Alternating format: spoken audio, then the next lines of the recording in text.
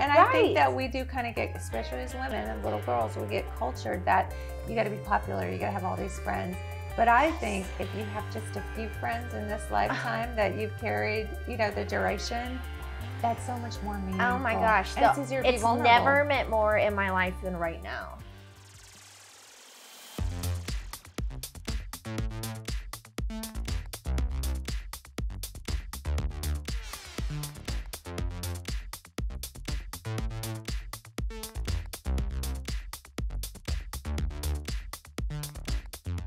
Hi, welcome this week to The Naked Doctor. I'm Dr. Tammy. And I'm Crystal. We have a great show for you today. We're doing the Unstoppable series. Yes. We want you to live your best life. Yes. And as we move through this, we talked, and it's vulnerability that makes everything take you to that next level, and all the aspects that are intertwined in there. Right. So today, it's a slippery slope when you talk about vulnerability, because immediately people go to weakness. Right. It's so much easier to look at it as a weakness so you don't have to address it than to look at it as a strength and address it and learn from it and move on. So I think it's much easier to say vulnerability is a weakness than it is to actually address it. Yeah. And it's hard to put yourself out there, and it takes courage to be your most authentic, best self. It does. It does take courage. It's not a weakness, it's a strength. It's a strength. So keep that in mind as we go through today's show. And please stay to the end, because we're going to give you 3 ways to embrace your vulnerability so that you can be unstoppable. So you won't want to miss that. So one of the things I did, Crystal, was I got on Facebook and asked, and it was funny because I actually asked for videos. And people... part of vulnerability is being scared, right? To put yourself out there. So I'm going to tell you, to live your best life, you're going to have to put yourself out there. Absolutely. You can't hide. You can't play small. So when I ask people, how do you define vulnerability? Chrissy said to me. Did you get any videos? No, no videos. No Absolutely videos. No videos. I'd have been all over that. Right? I would have given you at least 5. We're just wired a little different. But we still are. Always, all of us here being vulnerable, I still struggle with fear of rejection and vulnerability and every day. Yes. And picking an outfit for today, what to wear, you know, how am I going to present myself? So it's, the struggle's real. With everybody. With everybody. We all struggle with it. Every one of us. I don't know anybody that doesn't struggle with vulnerability. I literally can't name. Can you name anybody? No. No. And if you can't feel the empathy that comes with the ability to be vulnerable, you probably don't have you're probably pathologically insane. I mean, you should have like a diagnosis or something. So if you don't feel it, then you might have to question that. But it's part of the human condition. Yeah. And it's a safety mechanism too, because yes, it is. You know, you want to put those walls up. The first time you get your feelings hurt in this world, walls go up. Yep. Okay, so Chrissy said to be open. So there you go. You have to be open to be vulnerable. And that's scary. She said, be willing to learn new things. So you must be humble. I think that the words that we use when we're trying to articulate this concept are very important. So I'm going to kind of share a couple words today that I really had to dissect the difference in the meaning. Because sometimes we just go straight to what that word means and our perception or our experience of what that word means to us. Right. So we're going to talk about the difference between sympathy and empathy, and the difference between guilt and shame. There's a great lady who has just a phenomenal TED Talk named Dr. Brene Brown, and she talks a lot about the science of shame. And so I think that a lot of us carry some shame, which kind of shuts us down early on. So the humble, you know, people think that it's an attribute to be humble. And I think more that it's not about being humble or playing small, but yet it's just having that connection, that empathy. I've been there too. Right. I get it. So it's not a humility in not achieving. And our last series is success. Right. So it's not about not achieving. It's about how do you stay real and authentic while you're trying to be unstoppable. Otherwise, how can you be unstoppable? Right. So Tom says it's complicated. And it is, right? Yes, that's why we're here. This is interesting. One of the things I got out of this is men and women, when they were commenting It's a very different thing. And I do think Very that men views. deal with empathy and vulnerability very differently. And one of the things that I heard in one of Renee's talks was that men see weakness as the worst thing that can happen. Yes. We see the worst thing that can happen is shame, which shame and weakness can go along. But it's funny because some of their responses in here for the men were happy wife, happy life, kids happy. It was all about appearances. Right. And not just appearances, but how to take on the burden of how do they see me? I'm the strong guy. I can't. Do you know any guys that actually are vulnerable in front of their friends? Say there's a few guys hanging out. You think they hang out and talk about their wants in life and their dreams and what they're scared of? And no. Yeah. And I think that we are kind of putting them in a box that way, but I think it's a culture. It's a very difficult culture to overcome.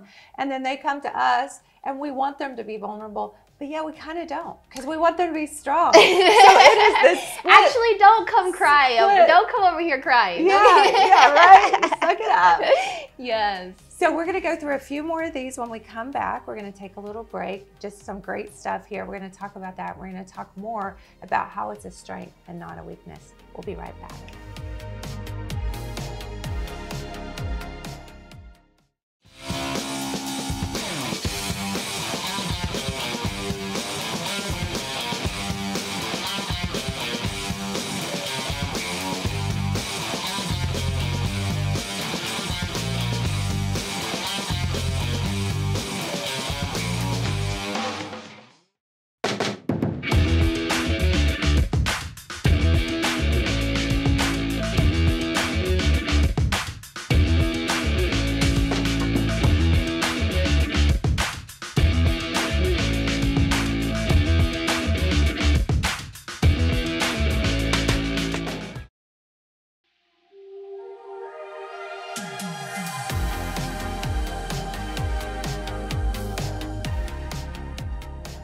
Hi, welcome back to The Naked Doctor. I'm Dr. Tammy.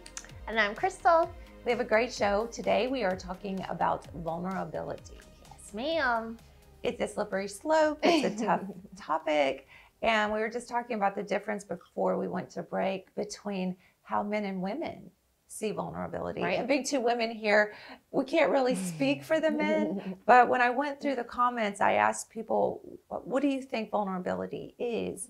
And so we were just talking about how it's very different, the way men and women perceive vulnerability. Right. Men, I think, more go to weakness, and they don't want to be weak. Right. And it's easier just to stay superficial on the surface.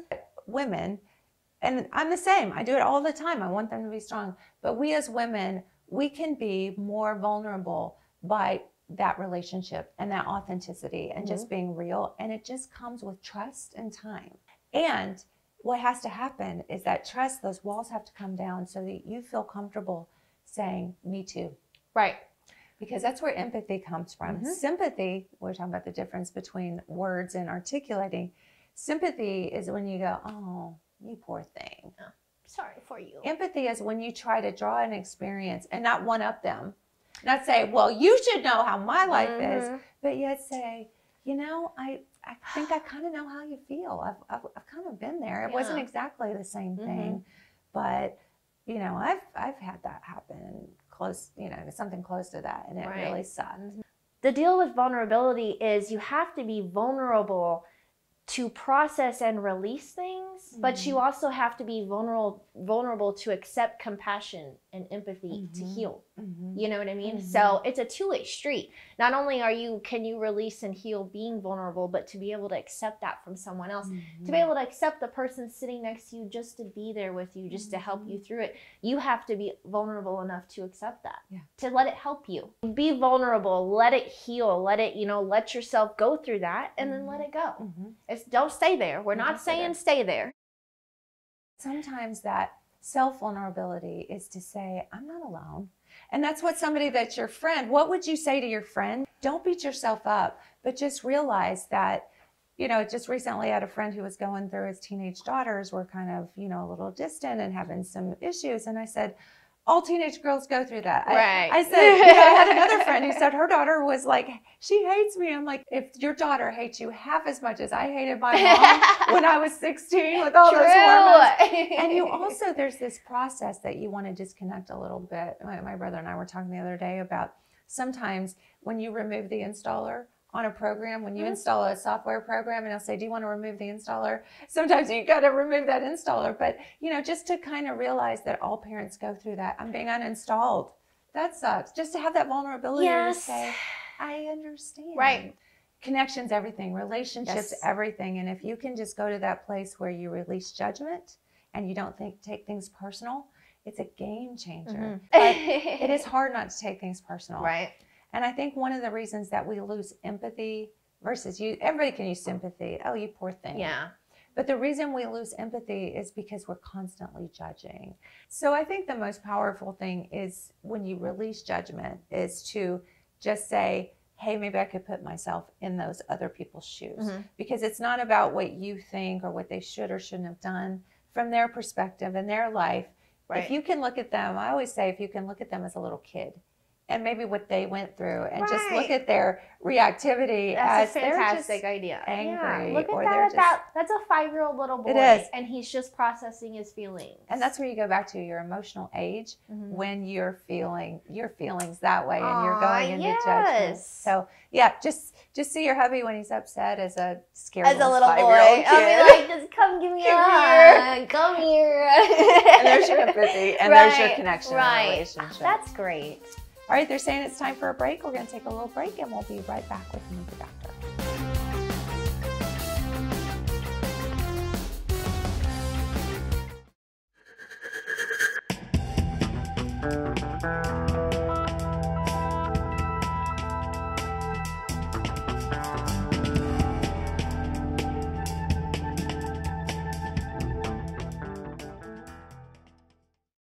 Every bride knows her day is special.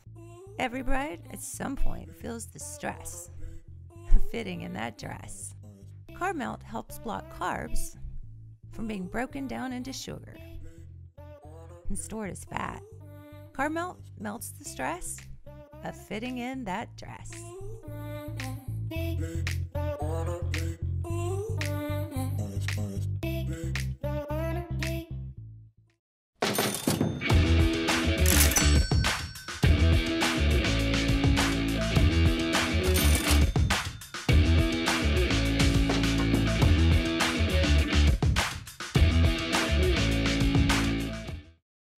A few months ago, I went to Dr. Tammy with some foot pain. I had inflammation on the tendons.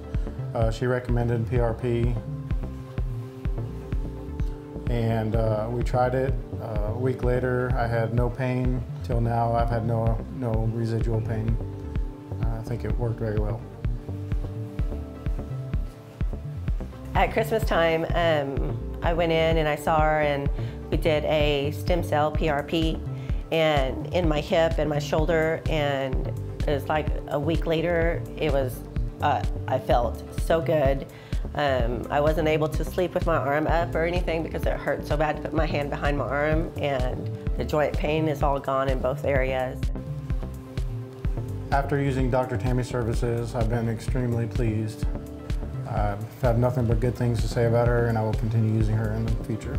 I recommend if you're just feeling old, tired, and the daily grind is getting you down, just go see her. She's life-changing.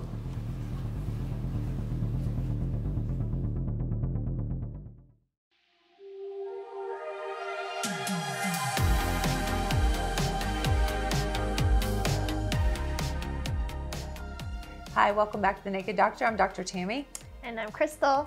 We have a great show. We're talking about vulnerability.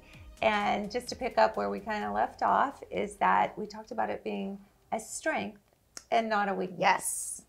So I was just going to go through a couple more things of what people said. I did a post on Facebook and I said, what does vulnerability mean to you? And we were talking about the guys. I've got Joe, I've got Tim, I've got Tom, and they're all kind of saying that it's trying to make someone else happy, or to not appear weak, or to give yourself away, or to give yourself up for them.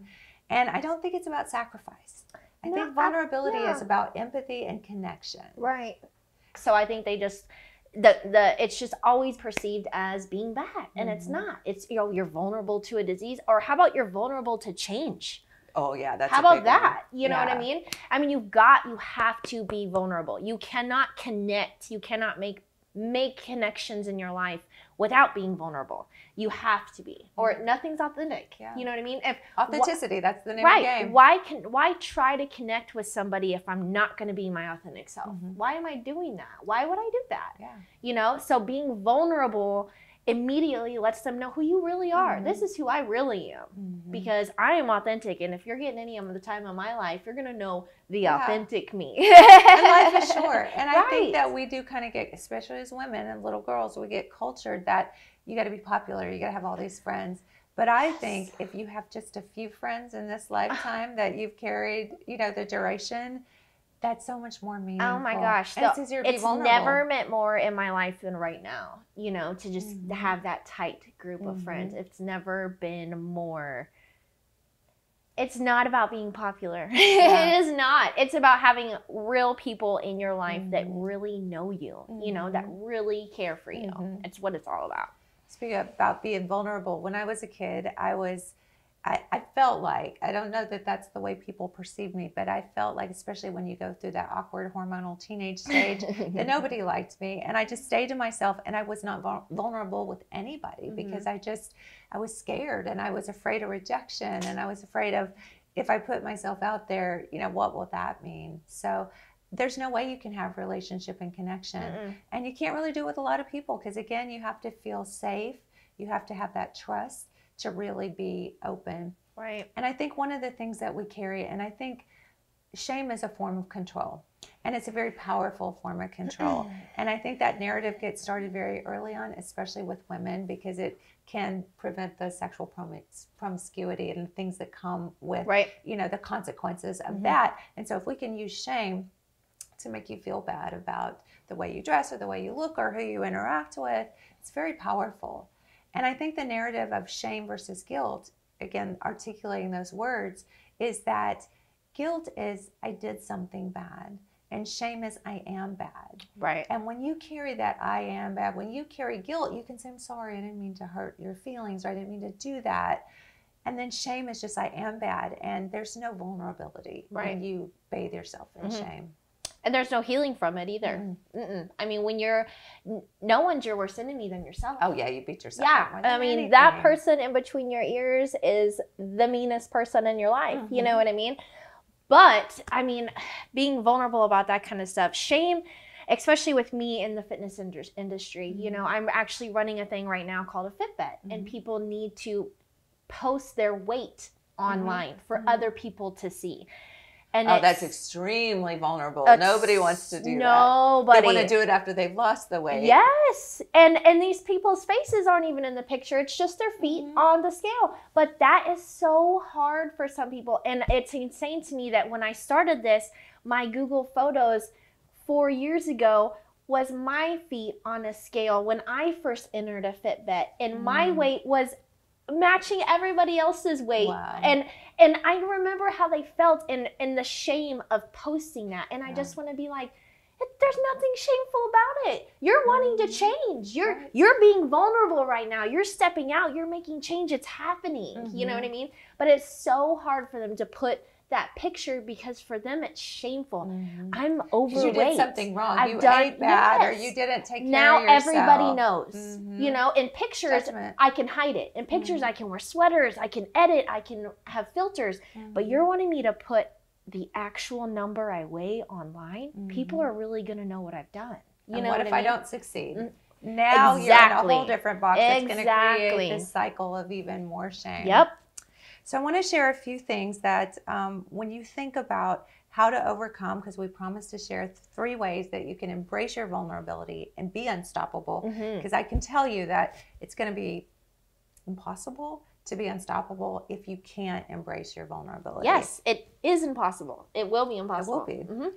So there's a saying, and I just love it, be somebody who makes everybody feel like somebody. Yes. And if you can be that person, you know, I just recently, my son's grandfather passed away, And I did a post like that, and his wife posted, he was like that. And you know those people in your life that you think you're the most important to them, person to them, and then you find out later that everyone felt that same way, and you're like, how's that even possible? And so when you are in your shame or you're in your not good enough, you can't be that person. And so that relationship and connection, which is what this is all about, is going to hold you back. Right. Yeah. How amazing was your personality when you were a teenager and you were shut down and not vulnerable? And were you snippy and a normal teenager, bratty little attitude? You know what I mean? Which you don't have anymore. You know what I mean? Now you can actually connect with people. Now that you open up and you tell stories. Do you know how many times I hear you tell me about things that your mom said to you and experiences that you went through that doesn't mean they're perfect, cute little stories or cute little pictures, but it's your vulnerability because that's how you connect. You authentically connect with me. Yeah. You talked about when you're vulnerable with yourself. Now you have to change, right? Yeah. Because if that's not something you like or you feel shameful about, now you got to do something about it. Right. So one of the things you can do is just look at that and just see where that's coming from and why you can't feel vulnerable about that. But I want to leave you with this whole GPS concept. GPS, that's on your car. That's how you find things, right? And so the G stands for gratitude. Just being present and grateful and being able to be in that place that says, I appreciate you. I hear you. I see you. And I'm grateful you're here. And I'm grateful you understand. And empathy. Right. Presence. Sometimes when you can just slow down and go, wow, this relationship right now, or with your son, or this is where I am, not where I want to be or where I've been, but just now, just being there and seeking relationship. Ultimately, that's what this is all about. Is it better to be right than it is better to be loved? And sometimes you still have to have boundaries and good relationships and, and set those tones and be vulnerable. Right. But sometimes it's just like, maybe I need to back down and release some judgment and just be present with you. So this has been a really great show today. I hope this has been helpful. They're calling time on us. So have a blessed, wonderful week. Remember to just try to have your most unstoppable, beautiful, blessed life. And it's going to take a little bit of vulnerability to connect. Find us on Facebook, The Naked Doctor Show. We're at thenakeddoctorshow.com. We have all sorts of great information out there on our YouTube channel, and we just want to connect with you. Send us your comments and things you'd like to hear about, and just be unstoppable. We love you. See you next week.